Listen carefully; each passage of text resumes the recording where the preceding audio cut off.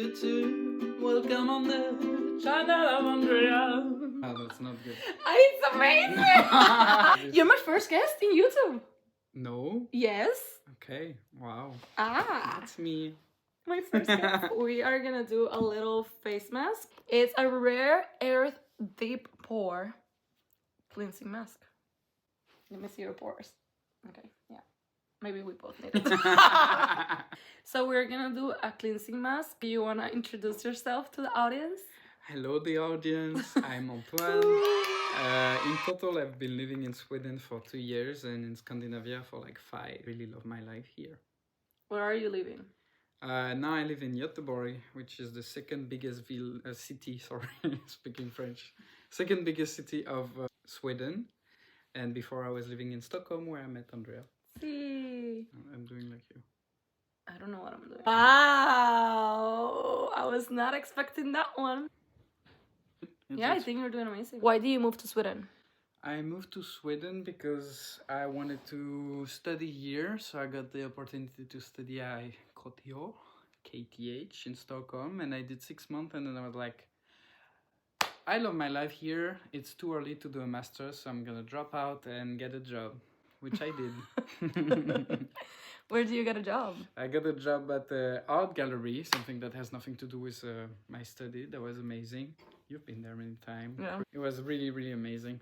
So yeah, I was in Stockholm for a year and a half after the study. What do you think is so unique to Stockholm versus the rest of the places you've been? Because, fun fact, how many countries have you visited? Probably around 45, 47. And how old are you? I'm 27 now. He's 27 and he's been to 45 countries, guys. I used all my money for it. Yeah. Since I'm born. Literally. Like, I'm born. Give me money to travel. I've been living to different countries, but mostly Scandinavia now. But you also live in Singapore, right? Good. Yes, I live in Singapore for my bachelor. Does it look okay? It look okay. Does it look okay? I think it looks so cool. How long do we wait? Oh, true. We have to read the instructions. Maybe. Whoops. Allowed to dry. Me too. I need to clean it up. 10 minutes. 10 minutes. 10 minutes.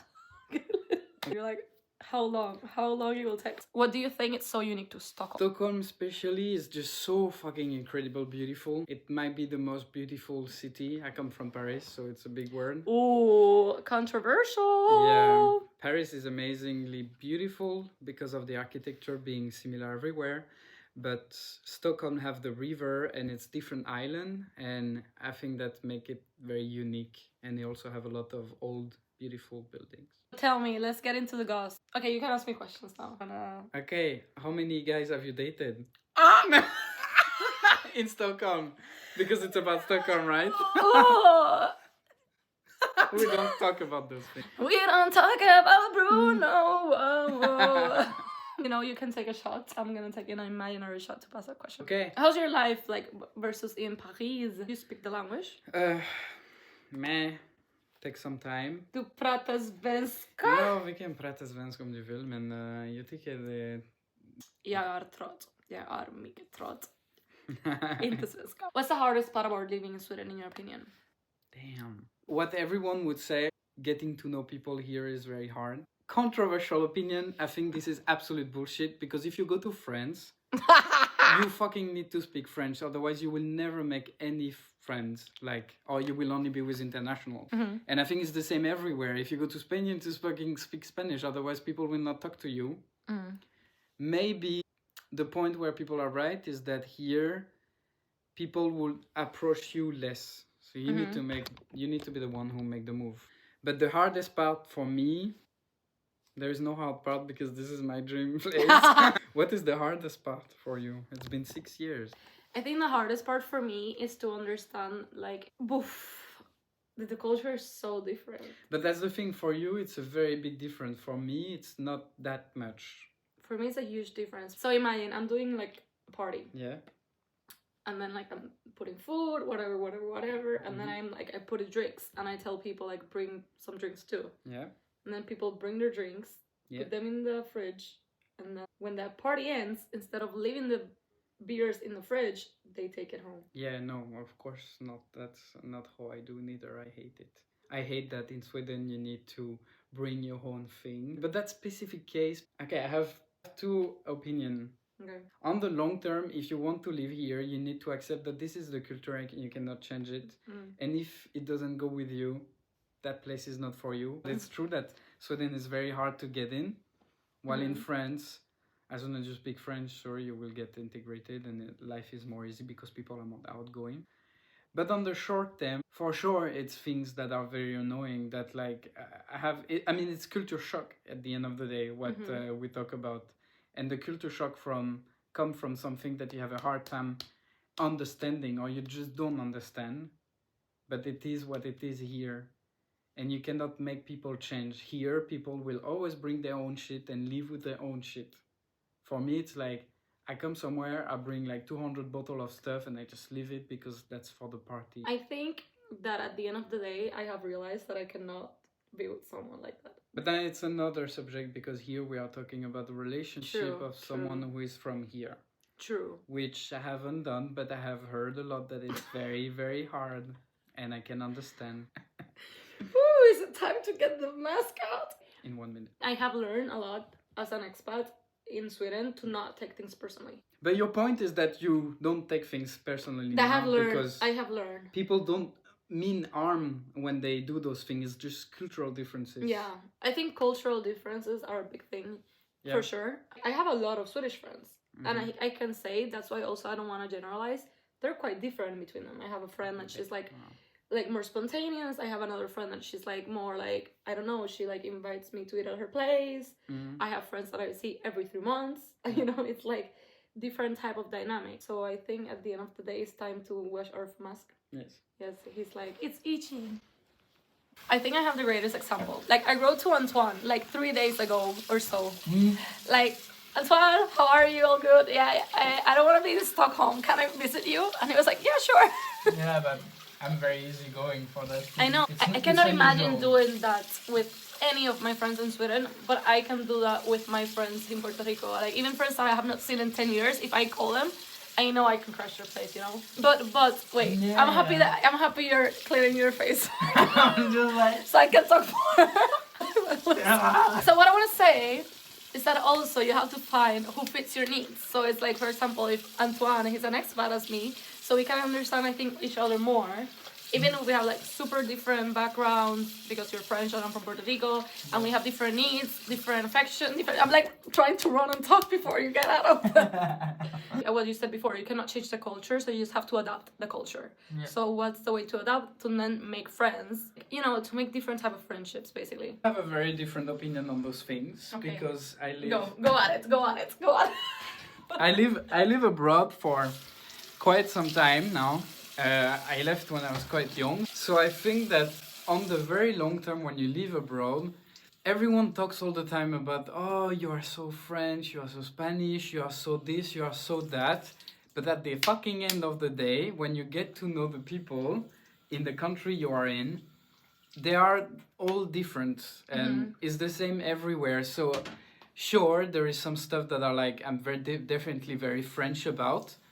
But I hate that the expat community always talk when you're like in an international group about, it's so French to do this, and it's like this for like 6 fucking years, everybody says the same thing. But at the end of the day, if you don't live this like box thing of like, oh, they are so like this because of that, then you will never integrate where you live.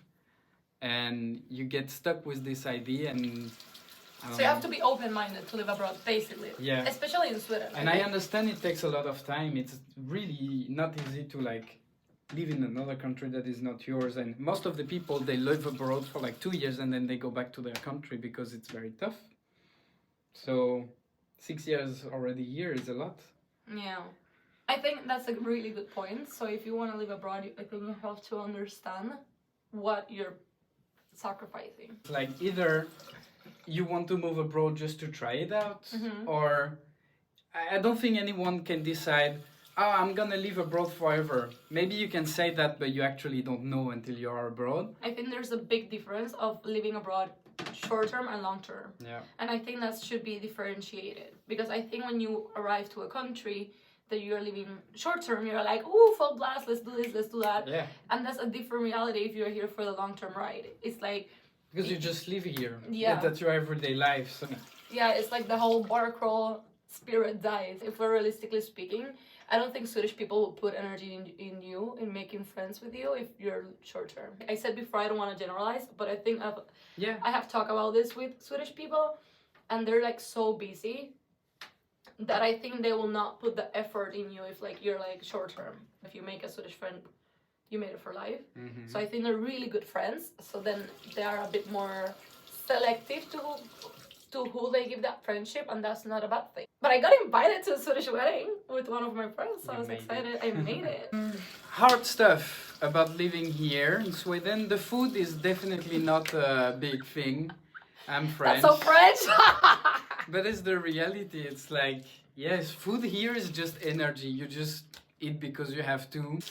Especially when you are French. We are born with like making a salad as the entree, and then you have the main course that is like the main course, and you need to have a dessert. And for everybody else, it's just like, oh my god, you are eating a 3-course meal. And for us, it's just like very average. That's how we grew up. So I'm on the extreme, but still, Swedish food is not really a thing. There is some stuff from here, no, but the cuisine is not developed, and you just have to live with it. Swedish food didn't change my life, yeah, but the pastry did. I know you have good pastry in France too, but we have 2 type of things. We have the gâteau and the pastry, so it's like 2 different things. Oh, yeah, this is very controversial. We cannot talk about food as a French person because we have very good food. In Europe, France is like on top. Okay. Let's keep with the idea that no, Swedish food is not transcendent. How do you think your personality has changed since you moved to Sweden? Oh my god, I've become the most quiet person in the world, which I am not actually, but it definitely calms you down. And that's part of the culture. It's called lagom. Lagom mean not too much, not too little. Yeah, you cannot, it's not average, but you live with this idea that you are neither better or worse than the other. And that's what I fucking love about Sweden. Much more lagom, so it's like you become much more calm about yourself, your expectation. By the way, like I feel like the skin's so good. I'm like refreshed now. Do you want to put skincare? We can finish it what where we started. Avocado eye cream. Oh, has it changed your own personality, Andrea? Okay, I have 6 years here. 6 years. Being an extrovert in Sweden is one of the biggest challenges of my life. I think I became a little bit more calm to see life with more perspective in a sense, but also to accept that I am who I am.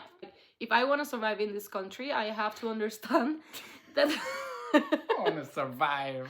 No, but it's true. If I want to survive in this country... In the most developed country in the world. Well, you're very biased, but yes. Every map just saw that everything is green in Scandinavia and the rest is like orange. But I don't think Sweden is the most developed. Of course it's not. There's a lot of things to change here. I mean, Sweden is amazing. I love Sweden. To wrap it up, basically, it's hard for me to identify with this culture in many aspects, you know? Yeah. I think I have a lot of energy. I like to talk. I laugh loud. I do a lot of things, you know? I'm very expressive. I think that's not very Swedish overall, I would say, if we generalize. So I think it's to accept myself and be like, sure, I'm not gonna be everyone's cup of tea here. And what can I do? Change and suppress my feelings and be miserable? I'm definitely not doing that. Yeah. I tried for a bit and I was like, yeah, this is really not me. I cannot be another person. I just was born this way. That's what it does. You are learning different ways of thinking. Exactly. So I think it's to challenge my thoughts. I have learned to challenge my thoughts, but accept who I am. Cash doesn't exist here, obviously. No. For the first 2 years I was here, I never seen Swedish krona. It just happened when I came back here like 3 months ago because I went to the hairdresser. And they asked you to pay cash? Because I didn't have Swish yet. So it's just like where you transfer money. So Sweden is super developed in many ways. Like for me, it's crazy that like you can just sign in and then you can see your entire medical record, you see your appointments. Everything's connected. Everything's well synchronized. Everything is digitalized. Everything works. You know, I was talking with a friend and she was telling me that she received a prescription from the doctor. And I was telling this story to a Swedish friend and she was like, haha, we have not had that in years. Like the paper to write the prescription from the doctor, it automatically goes to the pharmacy. And in Puerto Rico, you still receive it in a paper. Of course, you can send it to a pharmacy, but it's not the common thing. And the funny thing, it was like, I remember the first time I got a prescription and they were like, yeah, just pick it up in the pharmacy. And I'm like, okay, which pharmacy? And they're like, any pharmacy. I'm like, what do you mean? Harry Potter? How does like the pharmacist... How do they know? How will they know that it's me? How will they know? Like, it's crazy how well it is. Yeah. Sweden, give me a passport, please. Let's go. I can be your advocate. This is a proposal. Do you think I love you in Swedish is romantic? No. Me neither. I don't think so. I think it's overskriget. To over. I have not learned that word. It's something that surpassed you. Something that is greater than you. Overskriget. Oh, I think my favorite word is tillsammans. Tillsammans. Tillsammans. Cute. And allihopa. Allihopa. Thank you very much for listening to our video. This is the podcast about living in Sweden. Bye.